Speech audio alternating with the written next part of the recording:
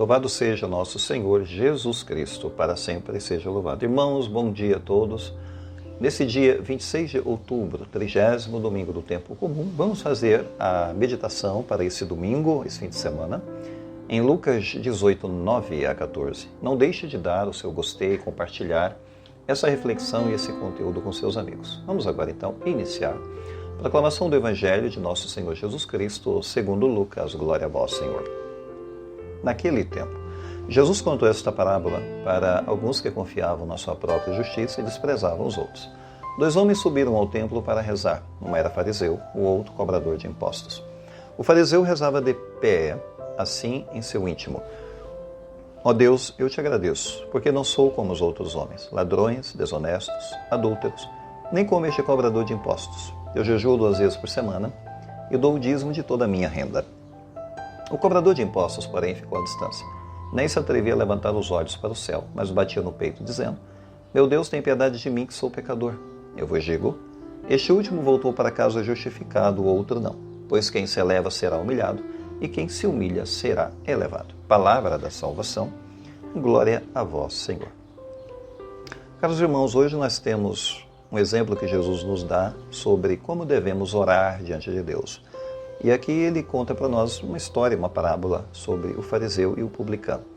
A gente pode olhar que são 2 pessoas bem diferentes, bem distintas. O fariseu, de fato, era uma pessoa que levava uma vida correta, honesta, íntegro, observava os preceitos, evitava os pecados, enfim, evitava furtos, injustiças, adultérios.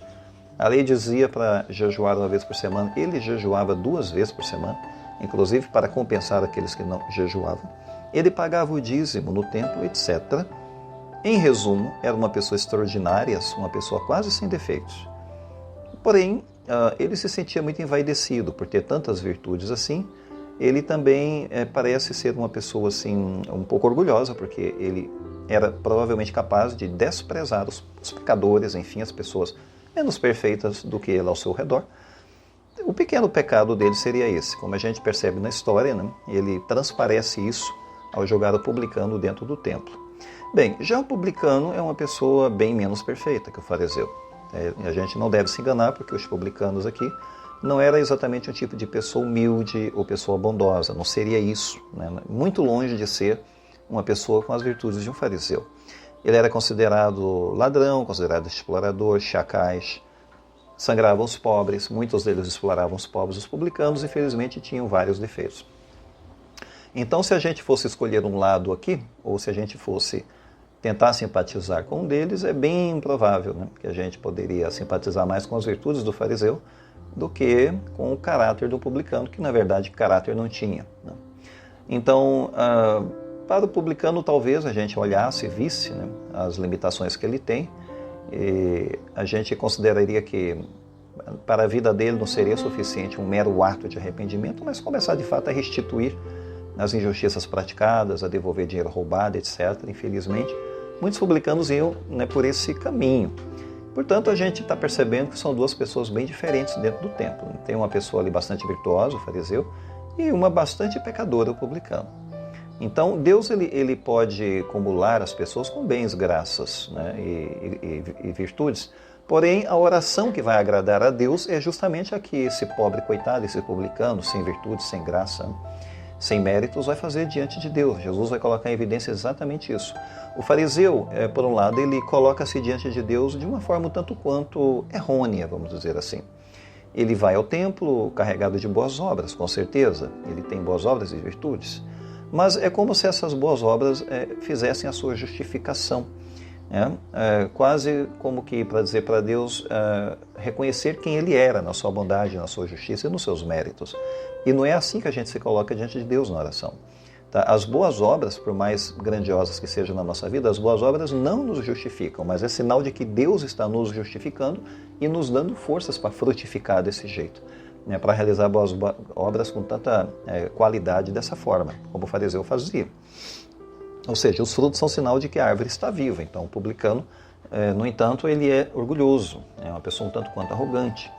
E não sabe se colocar de forma humilde diante de Deus, porque perante o Senhor ou perante Deus estamos sempre de mãos vazias. E a complacência de Deus é, na verdade, pura graça, não é por causa do mérito, e não temos mérito. O publicano, claro, não é nenhum modelo de vida virtuosa, como nós já sabemos, mas ele é a imagem de uma atitude diante de Deus. A atitude dele é de humildade. Ele é pobre, ele sabe que não tem méritos. Ele oferece a Deus um coração quebrado e abatido. Salmo 51 nos lembra isso, né? Tende piedade, ouve Deus, misericórdia, na imensidão de vosso amor purificai. Então o publicano se coloca dentro do templo assim, para rezar para Deus, quer dizer, com o coração quebrado. Ou seja, é aquele faminto, é aquele coitado que precisa ser saciado pela graça de Deus. Enquanto que o rico será despedido de mãos vazias, em Lucas 1,53. O canto da Virgem Maria fala isso. De fato, ele como pobre pecador, ele não tem direitos, né? Nem sequer de levantar os olhos ao céu dentro do templo, nem por exigências para Deus, enfim, nem pedir nada. Enfim, ele orou humildemente diante de Deus. E foi esse tipo de oração, embora vindo de um pecador, que agradou a Deus. Quer dizer, um coração quebrado, despojado, sabendo que precisa de conversão. Portanto, é uma questão muito importante que Jesus apresenta para nós nesse tema da oração. A oração ela só vai ser eficaz, primeiro, se a gente tiver fé, se a gente rezar com a nossa vontade, né, suprema, com a maior e boa vontade possível. Né? Se a gente estiver seguro também de que Deus está nos ouvindo, precisamos ter fé para que a nossa oração chegue a Deus e a gente creia que Deus está ouvindo e poderá responder.